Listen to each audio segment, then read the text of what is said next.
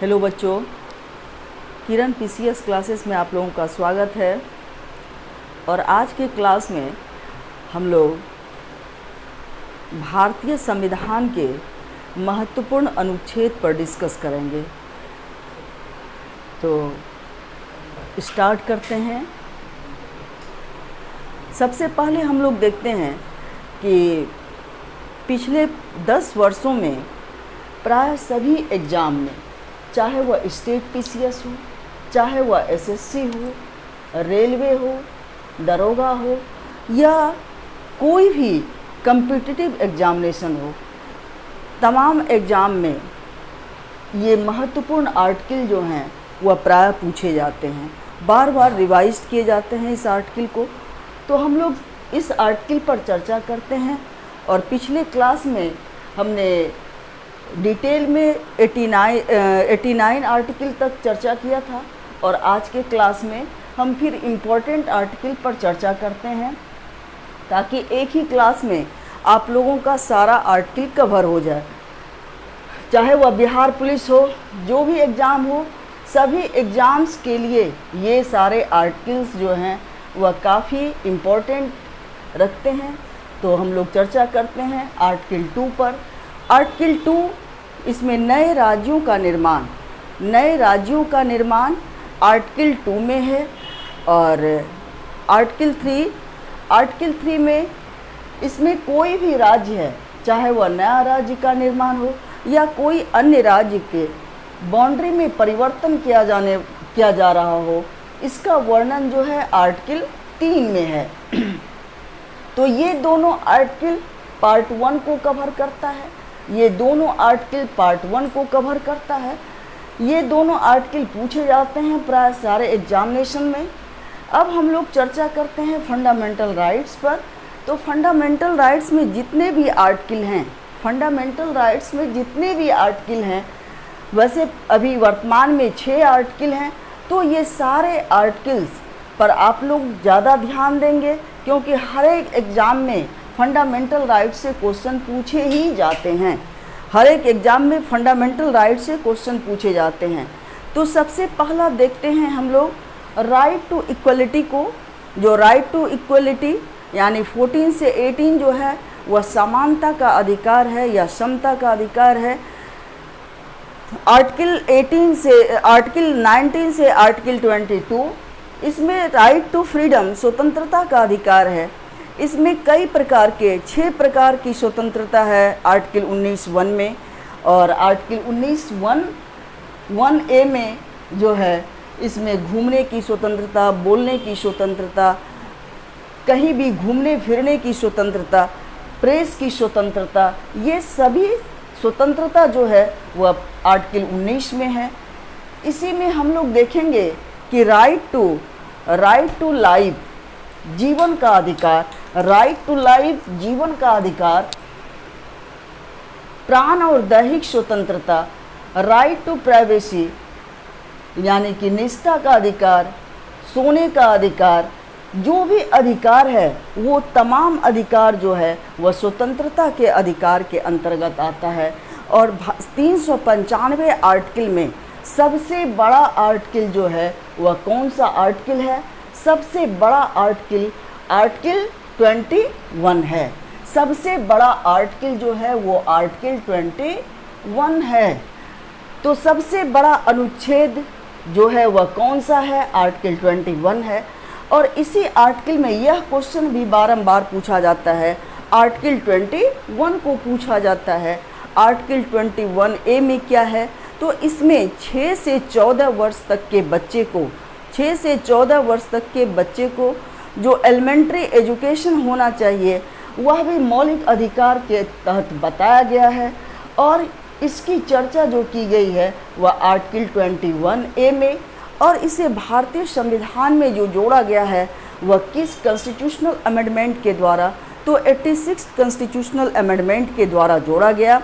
और कब जोड़ा गया है? तो 2002 में जोड़ा गया है। 2002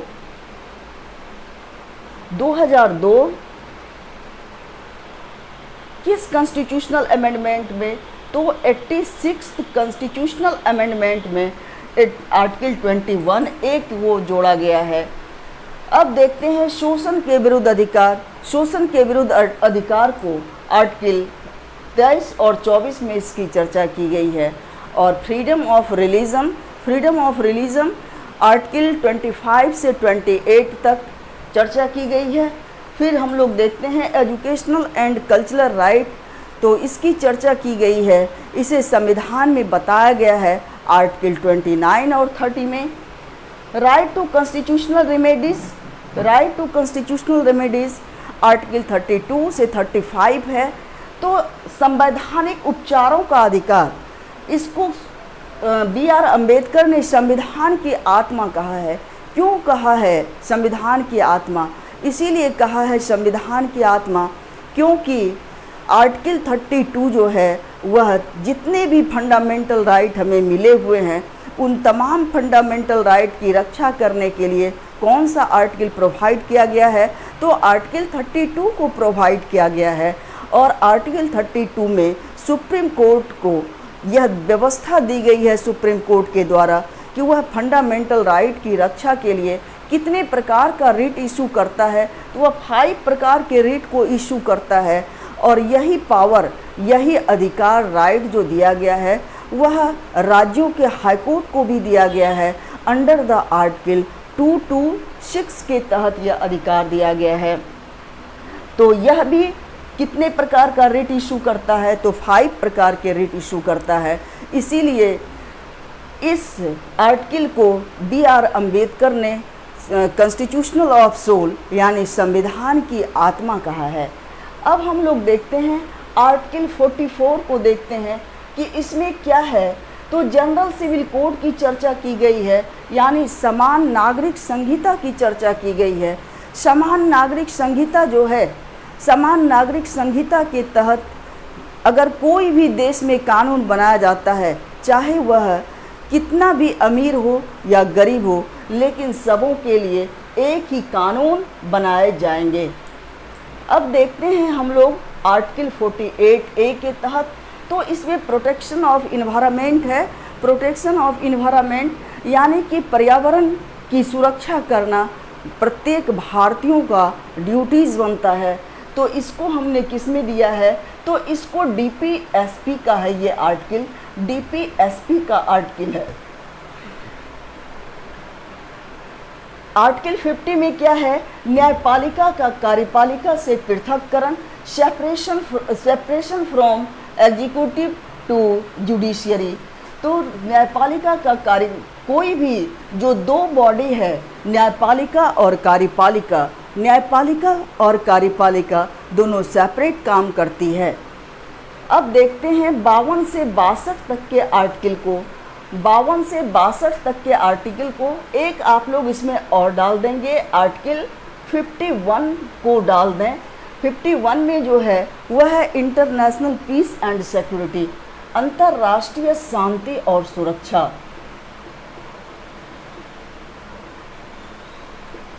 अंतर्राष्ट्रीय शांति और सुरक्षा, इंटरनेशनल पीस एंड सिक्योरिटी।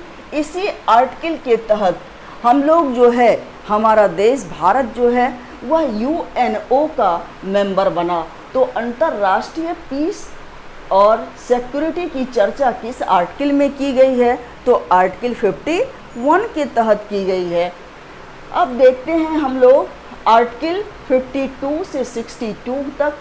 52 से 62 इससे संबंधित यह यूनियन में आता है, भाग 2 में, अब भाग 5 में आता है संघ।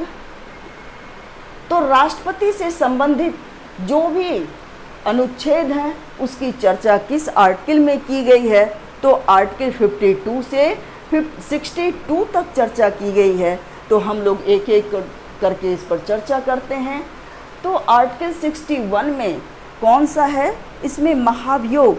अगर राष्ट्रपति ने ऐसा कोई काम किया है, राष्ट्रपति ने ऐसा कोई काम किया है जो असंवैधानिक हो या संविधान की मर्यादा का उल्लंघन करता हो, तो उस राष्ट्रपति के ऊपर, तो राष्ट्रपति के ऊपर संसद के दोनों सदनों के द्वारा, संसद के दोनों सदनों के द्वारा 2/3 मेजॉरिटी से क्या प्रस्ताव पारित किया जाता है और उस प्रस्ताव को पारित करने के बाद राष्ट्रपति को 14 दिन की पूर्व सूचना दी जाती है, तो राष्ट्रपति के ऊपर महाभियोग का प्रक्रिया प्रारंभ हो जाता है। तो ये राष्ट्रपति का पर महाभियोग लगा और अभी तक किसी भी राष्ट्रपति पर महाभियोग नहीं लगा है। इस बात पर आप लोग ध्यान रखेंगे।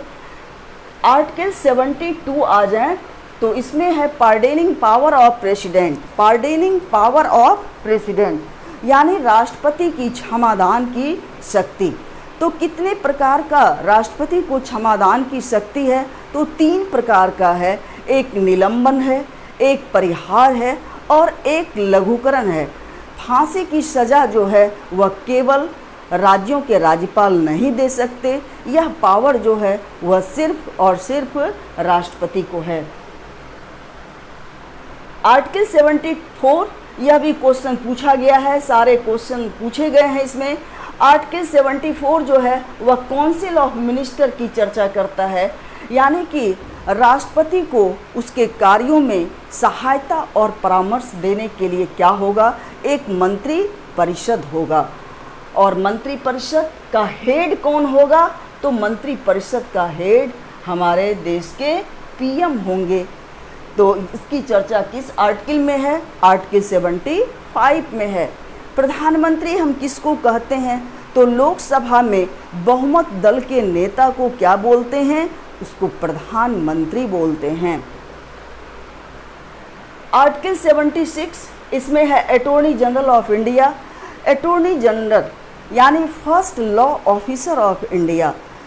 फर्स्ट भारत सरकार का कार्यों का को रेगुलेट करने वाला कौन अधिकारी होता है? तो वह अटॉर्नी जनरल होता है। यह विधि का सर्वोच्च ज्ञाता होता है।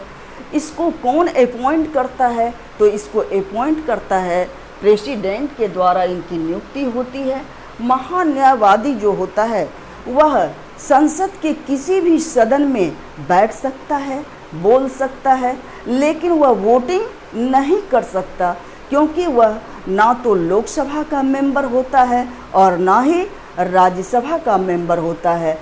इसलिए वह सदन की कार्रवाई में भाग ले सकता है, उपस्थित हो सकता है, बोल सकता है, लेकिन वह वोटिंग नहीं कर सकता।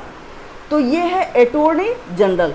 भारत में जितने भी हाई कोर्ट हैं सबों में महान्यायवादी को बैठने का अधिकार होता है। अब चलते हैं हम लोग पार्लियामेंट को की ओर। तो पार्लियामेंट कैसे बनता है? तो पार्लियामेंट जो बनता है इसमें कितने ऑर्गन होते हैं? 3 ऑर्गन होते हैं। इसमें 3 ऑर्गन होते हैं। एक होता है प्रेसिडेंट, एक राज्यसभा और लोकसभा। प्रेसिडेंट, अगर कोई भी लोकसभा को हम क्या बोलते हैं? तो इसको जनता का सदन बोलते हैं। क्या बोलते हैं? जनता का सदन बोलते हैं। पब्लिक हाउसेस बोलते हैं, डायरेक्ट हाउसेस बोलते हैं। और राज्यसभा जो होता है वह इनडायरेक्ट हाउस होता है। यह कभी भी डिसॉल्व नहीं होता। और लोकसभा का कार्यकाल जो होता है वह 5 वर्षों का होता है। राज्यसभा का कार्यकाल जो होता है उसके एक सदस्यों का वह 6 वर्षों का होता है। इसके 2/3 मेंबर एवरी 2 ईयर्स पर रिटायरमेंट होते हैं। तो कोई भी बिल सबसे पहले कहाँ पारित होता है? तो वह लोकसभा में आता है। और फिर लोकसभा के बाद कहाँ आता है? तो राज्यसभा में आता है। और राज्यसभा के बाद वहाँ से पारित होने के बाद वह बिल प्रेसिडेंट के पास आता है। और जब प्रेसिडेंट का उस पर सिग्नेचर होता है तो वह बिल किसका रूप लेता है? तो एक्ट या अधिनियम का रूप लेता है। अब हम लोग देखते हैं राज्यसभा। राज्यसभा की चर्चा आर्टिकल 80 में की गई है और यह उच्च सदन है राज्यसभा। और आर्टिकल 81 जो है वह लोकसभा है, यह जनता का सदन है। आर्टिकल 89 राज्यसभा के सभापति और उपसभापति। सभापति हम किसको कहते हैं? तो भारत के उपराष्ट्रपति जो होते हैं वह राज्यसभा के सभापति होते हैं। और वह उनकी जो वेतन जो मिलती है वह किस रूप में मिलती है, तो राज्यसभा के सभापति के रूप में मिलती है। इसी को हम राज्यसभा का अध्यक्ष भी बोलते हैं। लोकसभा का अध्यक्ष और उपाध्यक्ष, इसकी चर्चा किस आर्टिकल में की गई है, तो आर्टिकल 93 में लोकसभा का स्पीकर और डिप्टी स्पीकर की चर्चा की गई है। Article 108 joint session. Joint session हम किसको कहते हैं? संयुक्त अधिवेशन, जब दोनों सदनों का बैठक यानी राज्यसभा और लोकसभा का बैठक एक बार किया जाता है और उस बैठक को बुलाता कौन है, तो उस बैठक को बुलाते हैं प्रेसिडेंट के द्वारा बुलाया जाता है। अगर किसी भी सब्जेक्ट पर, किसी भी बिल पर किसी भी प्रकार का डिस्प्यूट हो, मतभेद हो, तो उस स्थिति में प्रेसिडेंट के द्वारा लोकसभा का ज्वाइंट सेशन बुलाया जाता है। और ज्वाइंट सेशन की अध्यक्षता कौन करता है, तो स्पीकर ऑफ लोकसभा करते हैं ज्वाइंट सेशन की अध्यक्षता। 110 इसमें किसकी परिभाषा दी गई है? 110 में मनी बिल, धन विधेयक की परिभाषा दी गई है। 110 आर्टिकल में धन विधेयक या मनी बिल की परिभाषा दी गई है। आर्टिकल 112 आ जाए तो आर्टिकल 112 में क्या है, तो बजट। बजट जिसको हम वार्षिक वित्तीय विवरण कहते हैं। बजट को क्या कहते हैं? वार्षिक वित्तीय विवरण। आगे हर एक एवरी ईयर में क्या मेरा बजट होगा, किस चीज़ पर कितना खर्च किया जाएगा, तो इसका जो अग्रिम अनुमान लगाया जाता है उसी को हम क्या बोलते हैं, तो उसको हम बजट बोलते हैं। बजट वर्ड जो है वह भारतीय संविधान में इसकी चर्चा नहीं है। और यह शब्द कहाँ से लिया गया है, तो फ्रांस से लिया गया है। लेकिन बजट को हम क्या बोलते हैं? बजट को वार्षिक वित्तीय विवरण भी बोलते हैं। वार्षिक वित्तीय विवरण भी बोलते हैं। आर्टिकल 117 में क्या है? वित्त विधेयक है, या इसको हम लेखानुदान भी कहते हैं। लेखानुदान या वित्त विधेयक की चर्चा जो है वह किस में की गई है, तो आर्टिकल 117 में की गई है। आर्टिकल 123 पर आ जाए, इशू द ऑर्डिनेंस। तो इसको कौन इशू करता है? इसको इशू करता है प्रेसिडेंट के द्वारा। जब संसद का कोई भी सत्र नहीं चल रहा होता है, संसद के कितने सत्र होते हैं, तो संसद के 3 सत्र होते हैं। बजटकालीन सत्र होते हैं, उसके बाद मानसून सत्र होते हैं, उसके बाद शीतकालीन सत्र होते हैं। जब कोई भी सेशन नहीं चल रहा होता है और किसी भी सब्जेक्ट पर कानून बनाना अनिवार्य होता है, तो राष्ट्रपति के द्वारा ऑर्डिनेंस इशू किया जाता है और वह अंडर द आर्टिकल 123 के तहत किया जाता है। और यही बात राज्यपाल के साथ होती है। अगर वहाँ भी कोई भी सत्र नहीं चल रहा होता है तो राज्यपाल अध्यादेश जारी करते हैं आर्टिकल 213 के तहत, और राष्ट्रपति जारी करते हैं 123 के तहत जारी करते हैं। अब हम लोग देखते हैं आर्टिकल 124 को। तो आर्टिकल 124 में क्या है कि सुप्रीम कोर्ट की व्यवस्था की गई है। आर्टिकल 124 में सुप्रीम कोर्ट यानी कि न्यायपालिका जो है वह क्या है, सबसे सर्वोच्च जो है वह क्या है, न्यायपालिका है। कार्य क्या है, हमारे संविधान के 3 पिलर हैं। एक है कार्यपालिका, एक है विधायिका और एक है न्यायपालिका। विधायिका क्या करती है? विधि को बनाती है, टू मेक ए लॉ, वह कानून को बनाती है। और कार्यपालिका क्या करती है? वह कानून की समीक्षा करती है, सुपरवाइज्ड करती है। और जुडिशरी क्या करती है?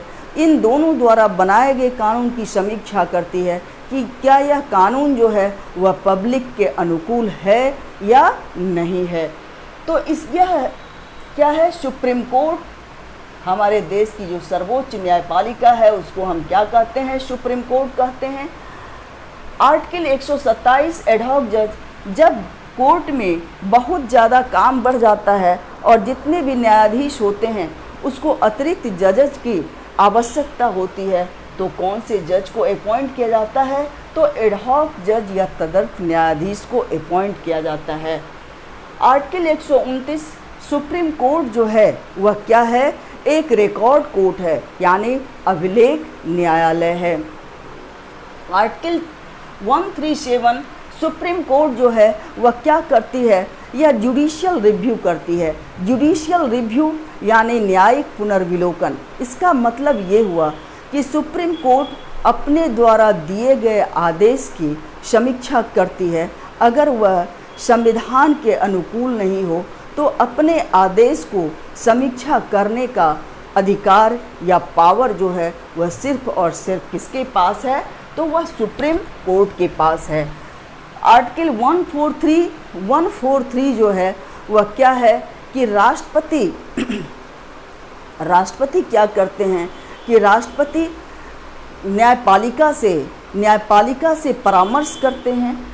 मानना या ना मानना यह राष्ट्रपति पर निर्भर करता है, लेकिन सुप्रीम कोर्ट से परामर्श करने का काम जो है वह राष्ट्रपति किस आर्टिकल के तहत करते हैं? तो आर्टिकल 143 के तहत करते हैं। अब देखते हैं हम लोग आर्टिकल 148 को। इसमें है CAG, controller and auditor general. CAG जो भारत का नियंत्रक एवं महालेखा परीक्षक कहलाता है। अब देखते हैं हम लोग आर्टिकल 155 को। इसमें राज्यपाल की नियुक्ति, यानी कि प्रत्येक राज्य के लिए एक राज्यपाल होगा। जो संवैधानिक प्रमुख होगा। राज्य का जो कॉन्स्टिट्यूशनल हेड होता है वह क्या होता है? तो उसको हम राज्यपाल कहते हैं। आर्टिकल 161 तो पार्डनिंग पावर ऑफ गवर्नर, राज्यपाल का क्षमादान का शक्ति। इसे सभी शक्तियां प्राप्त है जो राष्ट्रपति को प्राप्त है, लेकिन सिर्फ अंतर यही है कि राज्यपाल को फांसी की सज़ा जो है वह सुनाने का अधिकार नहीं है। Article 165 advocate general.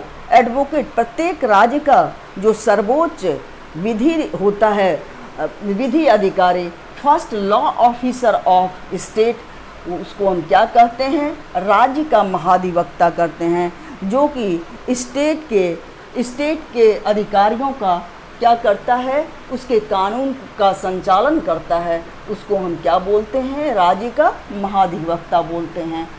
आर्टिकल 168 में क्या है? राज्यों का विधानमंडल।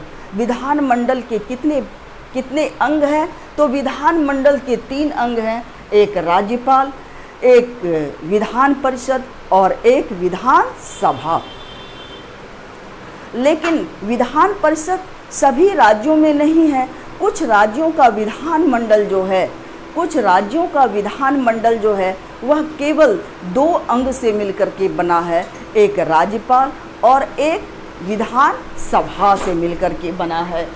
राज्यों का विधानमंडल की चर्चा किस आर्टिकल में की गई है? तो आर्टिकल 168 में की गई है।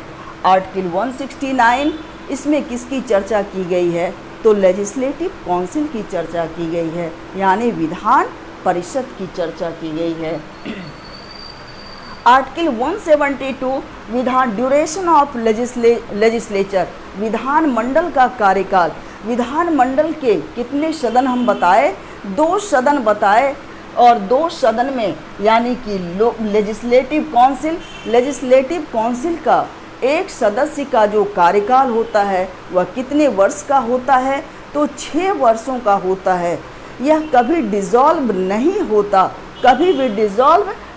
होता, लेकिन लोकसभा का जो विधानसभा का जो असेंबली है, विधानसभा जो है, तो इसका कार्यकाल कितने वर्ष का? तो 5 वर्ष का होता है। यह परमानेंट है या अस्थाई है, और इसके 2/3 मेंबर जो होते हैं वह एवरी 2 ईयर्स पर क्या होते हैं? रिटायरमेंट होते हैं।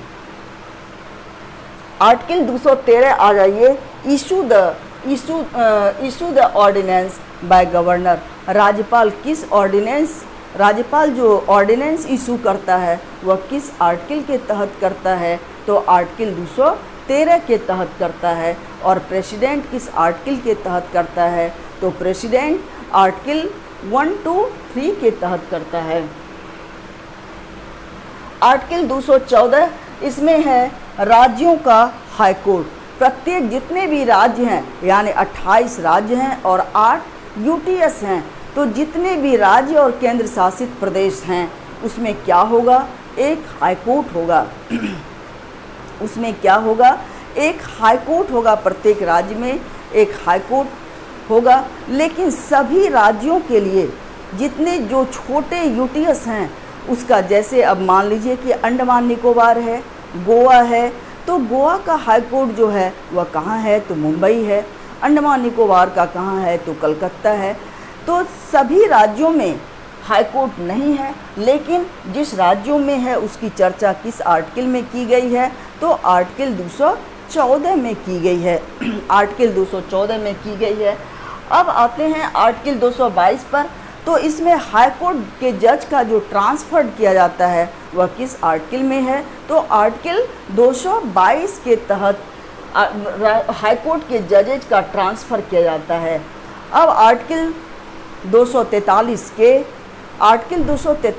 के जो है उसमें क्या है, इलेक्शन ऑफ पंचायती राज पंचायत के चुनाव का वर्णन किया गया है। और पंचायत का चुनाव में महिलाओं को जो रिजर्वेशन दिया गया है वो 33% दिया गया है, लेकिन बिहार की महिलाओं को जो रिजर्वेशन है वो 50% रिजर्वेशन दिया गया है। तो पंचायत की चर्चा जो है पंचायत के चुनाव का, तो वह किस आर्टिकल में है, तो आर्टिकल 243 में पंचायत के चुनाव का है। और हाई कोर्ट के जजेज का ट्रांसफ़र जो है वह किस आर्टिकल में है, तो आर्टिकल 222 में है। राज्यों का उच्च न्यायालय किस में है, आर्टिकल 214 में है। अब देखते हैं हम लोग आर्टिकल 330 को। 330 में लोकसभा में अनुसूचित जाति और अनुसूचित जनजाति के लिए कितना सीट रिजर्व किया गया है इसकी चर्चा जो की गई है वह किस आर्टिकल में है, तो आर्टिकल 330 में चर्चा की गई है। अब है लोकसभा में आर्टिकल 335, यानी इसमें अनुसूचित जाति और अनुसूचित जनजातियों को जॉब में, नौकरी में जो रिजर्वेशन दिया गया है तो उसकी चर्चा किस में की गई है, तो आर्टिकल 335 में की गई है। अब देखते हैं हम लोग आर्टिकल 332 को। तो 332 जो है अनुसूचित जाति और जनजातियों को प्रत्येक राज्यों की विधान सभाओं में जो रिजर्वेशन दिया गया है वह किस आर्टिकल में दिया गया है, तो वह आर्टिकल 332 में दिया गया है। अब हम लोग देखते हैं भाग 18 इमरजेंसी के बारे में। भाग 18 इमरजेंसी के बारे में देखते हैं। तो भाग 18 इमरजेंसी, तो इसमें क्या है, कितने प्रकार का इमरजेंसी लगाती है प्रेसिडेंट, तो इसमें 3 प्रकार का इमरजेंसी।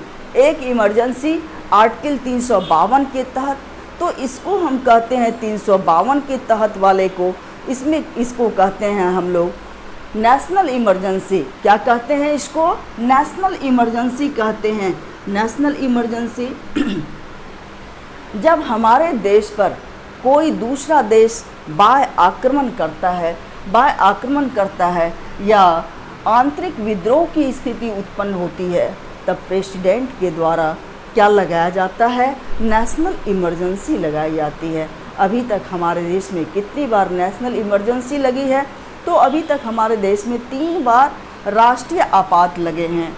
अब देखते हैं हम लोग आर्टिकल 356 को, राज्यों में आपात, यानी कि इमरजेंसी इन स्टेट, राज्यों में आपात। तो राज्यों में आपात तब लगाया जाता है जब राज्यों की संवैधानिक व्यवस्था फेल हो जाती है, तो इसकी सूचना राज्यपाल किसको देता है, तो इसकी सूचना राज्यपाल राष्ट्रपति को देता है और राष्ट्रपति वहाँ पर उस राज्यों में इमरजेंसी लगाती है। अब देखते हैं आर्टिकल 360 को, इसको हम कहते हैं फाइनेंशियल इमरजेंसी।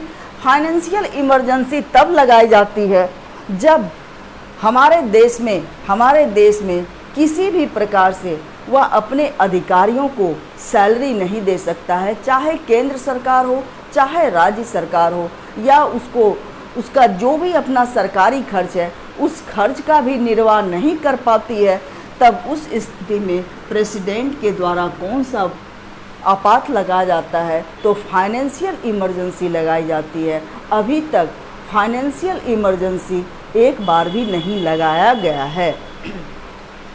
थोड़ा सा हम लोग आर्टिकल 355 पर चर्चा करेंगे, क्योंकि अभी मणिपुर जो है वो बर्निंग टॉपिक है।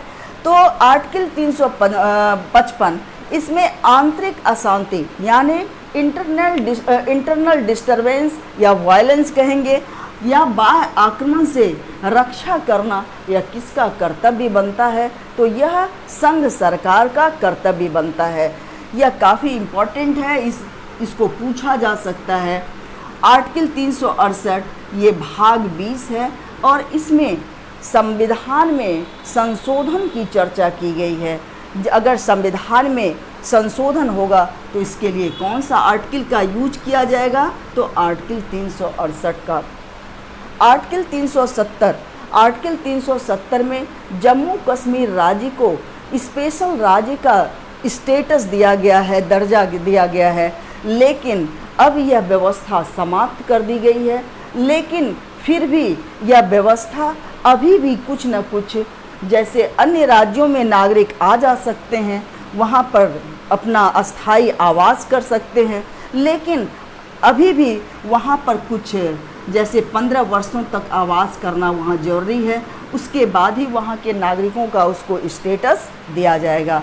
आर्टिकल 35A में क्या है कि इसमें जम्मू कश्मीर का अपना सेपरेट कॉन्स्टिट्यूशन था, लेकिन अब यह व्यवस्था समाप्त कर दी गई है और पूरे राज्यों के लिए, जितने भी राज्य हैं सभी के लिए एक ही संविधान बनाए गए हैं। आर्टिकल 300A में क्या है, तो इसमें राइट टू प्रॉपर्टी है। तो राइट टू प्रॉपर्टी 300A किस में था, तो यह था राइट टू प्रॉपर्टी 31 में था। आर्टिकल 31 में राइट टू प्रॉपर्टी था। राइट टू प्रॉपर्टी आर्टिकल 31 में था। अब और इसकी अब व्यवस्था कहाँ दी गई है, तो आर्टिकल 300A में दी गई है। और इसको कौन सा अधिकार बनाया गया है, तो इसको लीगल राइट बनाया गया है। कौन सा अधिकार बनाया गया है, लीगल राइट। किस कॉन्स्टिट्यूशनल अमेंडमेंट के द्वारा, तो 44th कॉन्स्टिट्यूशनल अमेंडमेंट के द्वारा। कब किया गया है, तो 1978 में किया गया है।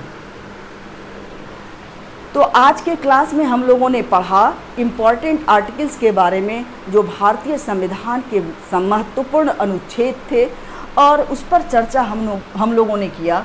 और ये सारे क्वेश्चन जो हैं वह राज्य लोक सेवा आयोग के लिए, स्टाफ सिलेक्शन के लिए, रेलवे के लिए, दरोगा के लिए, जितने भी कॉम्पिटिटिव एग्ज़ाम हैं सबों के लिए वेरी इम्पॉर्टेंट है। और आप लोग इस क्लास को लाइक करें, सब्सक्राइब करें, और अगर कहीं कोई परेशानी हो तो कमेंट सेक्शन में अवश्य डालें। इससे हमारा क्या होगा कि इससे आप लोग हमको और